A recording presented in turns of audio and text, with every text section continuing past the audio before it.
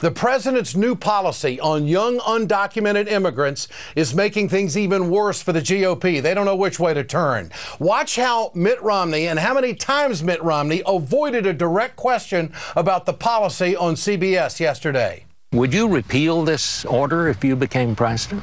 Well, let's step back and look at the issue. I mean, first of all, we have to secure the border.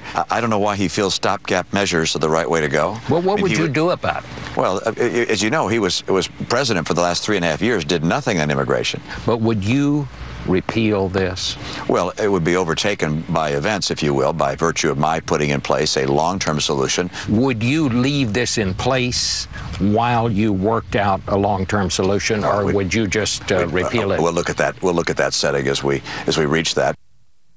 This is a far cry from the direct answer Mitt Romney gave about the DREAM Act on the campaign trail. The question is, if I were elected and Congress were to pass the DREAM Act, would I veto it? And the answer is yes. This underscores the absolute absence of a core of Mitt Romney. Who is this man that wants to be president? He refuses to take a stand on the tough issues time and time again. Romney is trying to walk I guess you could say, a fine line between the majority of Americans and the lunatic fringe of the Republican Party.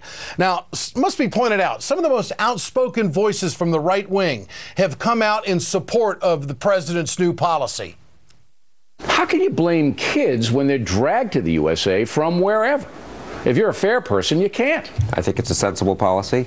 I think it would be much better if that were the law of the land. Romney has a big hole to dig out of, because if he gets under, say, the 31% of Hispanic voters that McCain got, he's going to lose. So here we are. Romney has to serve two masters.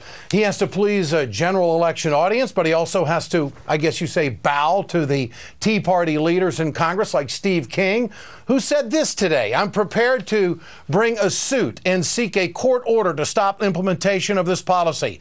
Loose cannon Congressman Allen West of Florida also put Romney in a pretty tight spot.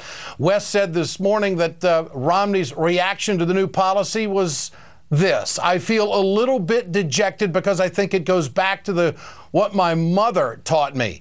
A man must stand for something or else he'll fall for everything." Now, the Republicans also have to deal with these Tea Partiers going on television and making the situation even worse.